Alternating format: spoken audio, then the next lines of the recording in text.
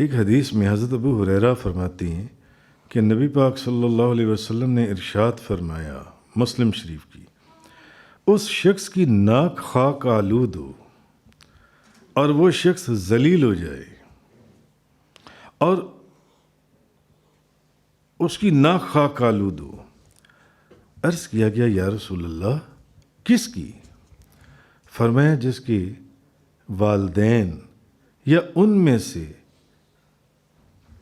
کوئی ایک یا اس کے والدین یا ایک بندہ بھی، بھلے ماں بھلے باپ، اس کی زندگی میں بوڑھے ہو گئے اور وہ ان کی خدمت کر کر جنت میں داخل نہ ہوا، اس بندے کی ناک خاک آلود ہو جائے۔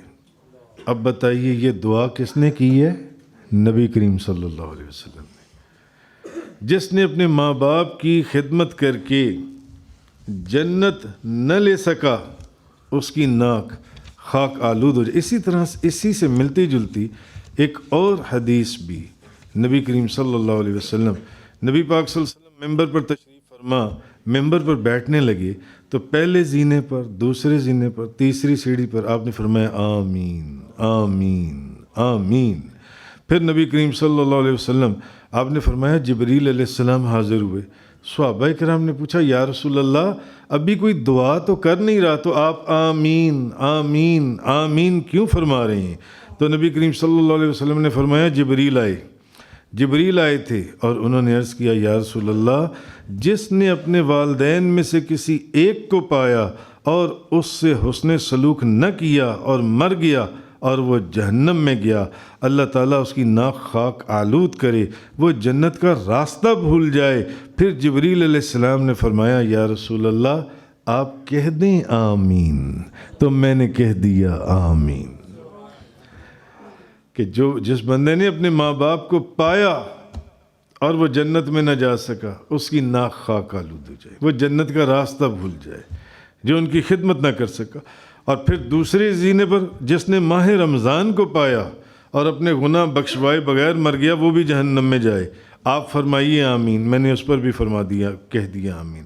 اور جس شخص کے سامنے آپ کا ذکر ہو اور اس نے آپ پر درود نہ پڑھا، وہ بھی جہنم میں گیا اور جنت کا راستہ بھول گیا۔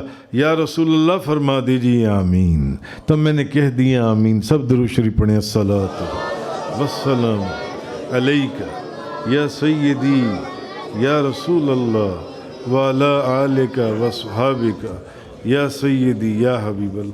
اس کا مطلب ہے کہ جہاں نبی کریم صلی اللہ علیہ وسلم کا ذکر ہو رہا ہو، وہاں پر جون سے درود شریف بھی پڑھتے رہنا چاہیے۔ درود شریف پڑھتے، کیوں؟ بڑی سخت حدیث بھی ہے۔ حضور نے کہ جبریل علیہ السلام نے فرمایا یا رسول اللہ جس کے سامنے آپ کا ذکر ہو رہا ہو اور وہ درود نہ پڑھے، اس کی بھی ناک خاک آلود ہو جائے، وہ جنت کا راستہ بھول جائے جن سے۔ اور حضور نے فرمایا آمین۔ اس کا مطلب ہے جب حضور کا ذکر چل رہا ہو تو پھر درود شریف پڑھتے رہنا چاہیے۔